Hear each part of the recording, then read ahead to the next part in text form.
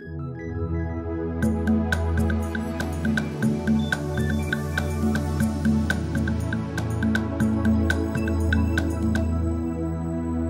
Chris Loomis. I'm going to be your safety presenter. My background, DuPont. So nobody gets hurt. That's got to really be their goal at the plant. And for yourself personally, think about this. Take this home. This isn't just a presentation to be safe at work. This is a presentation to be safe for your life. You'll all recognize this one real easy.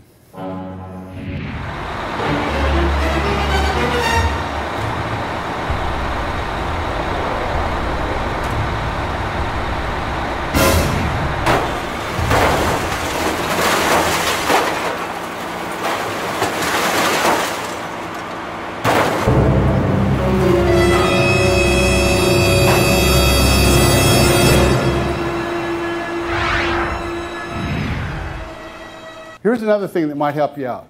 Remember, when you go home and you're safe, you model it for your children. You model it for your family. And they watch what you do, and they become safer. So it passes forward generation to generation. When you're safe at work and you're one of the more experienced workers, the senior workers, younger workers will model after you. Can you create an accident-free work environment? Yes or no? Can you? That's really good because the first two groups said, no, you can't. Yes, you can. Who's the safest person you should know? You. Well, that's great because group before last said it was an engineer or a pilot. Yeah, you want those guys to be safe, absolutely. You would hope you're going to be safe. And you hope the person to your right and to your left is the next safest person you know. Because you want them to be safe too. Because they can affect your health. You can affect theirs. This was the key that helped the Victoria plant be safe for over 4 years without a lost time. It's a 24/7. At DuPont, for years and years, they taught safety. So the plant records were very, very good. And the reason DuPont was safe, I mean, why DuPont, not Shell, Dow, Monsanto, Union Carbide? DuPont started in this country in the 1700s and it made black powder for the Revolutionary War. Well, in making black powder, they blew up part of their family.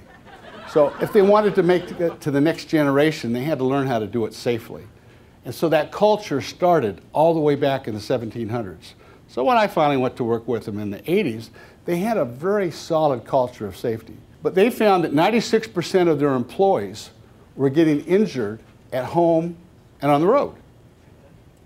So they thought if they could teach a system to be safe at home and safe on the road, then it would probably help the people be even safer at work. Having a 24/7 safety value, a core value to yourself, where you're not turning on safety when you get to work, turn it off when you get in the car, when it's all the time, and it takes a while. It took us over 3 years when we decided to do that at DuPont. It didn't happen the first or second month or third month, but when people started being as safe at home as they were at work, and as safe as work as they were at home, then they experienced a lot fewer accidents in their life. Work accidents went down dramatically.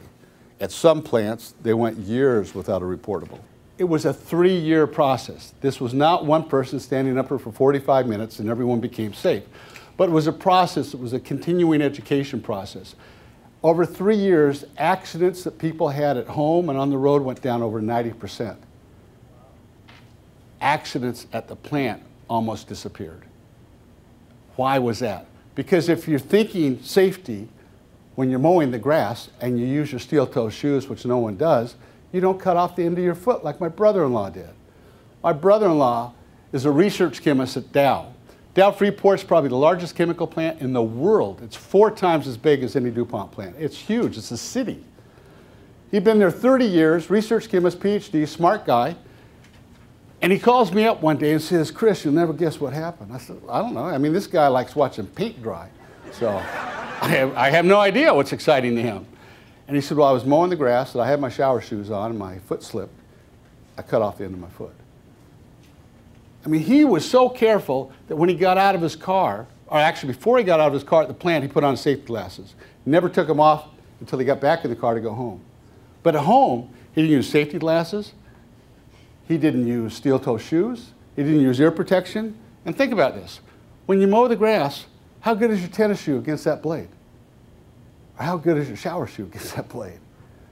Think about when you're edging. That's a 140 decibel little tiny single stroke engine.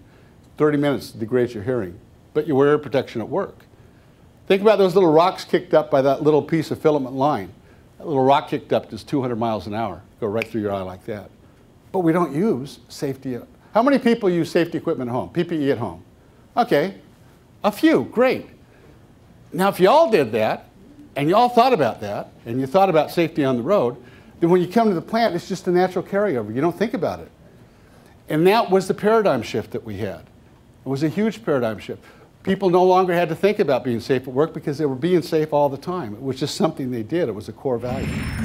Is 99.9% a good enough expectation? Is that a good enough goal to shoot for? No. And I'll show you why.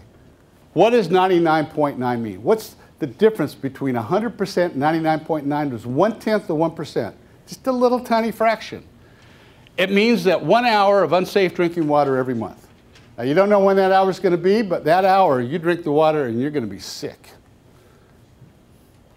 It means 2 unsafe landings at Atlanta Airport. That's a huge airport. 200,000 incorrect drug prescriptions. You hope you don't get one of them.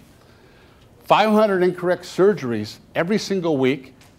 50 newborn babies dropped in your head.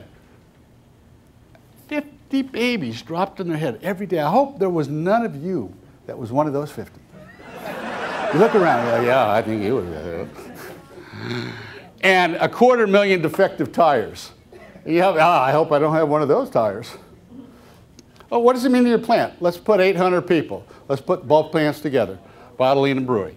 So what does it mean? A near miss every single 6 seconds, or every 6 seconds. A near miss. That's 1/10 of 1%. First aid every 36 seconds. Safety manager's going to be running out of paper.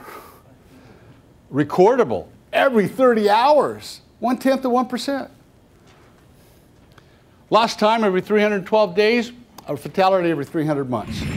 I know when I gave a couple presentations early yesterday morning, I asked the group, I said, is it possible to have an accident-free work environment? And the answer I received back was, absolutely not. Cannot do that. You have to work toward that. If it's your expectation that you can do that through time, I guarantee you can do it. I've seen it done. I've worked there. I've been doing this for a couple of decades. I've seen plants go from where they're really challenged in safety to virtually perfect. But it's a core thing that each individual has. It's a team effort between people, and it's something that you take within your system. You know, you have to practice it. I'm Chris Loomis. Thank you, and be safe.